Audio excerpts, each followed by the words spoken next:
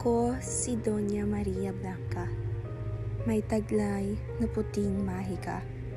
Ang aking ama ay si Haring Salermo at ang aming pamilya ang namumuno ng Reino de los Cristales.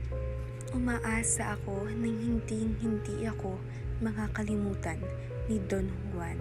Isa ako kundi ang pinakamakapangyarihan sa aking kaharian at si Don Juan ang aking sinta. Siya ang pinakabatang anak ni Reyna Valeriana at Haring Fernando ng kahariang ng Berduania. Umaasa ako, Don Juan, na ako lamang iyong kakausapin at walang ibang babae.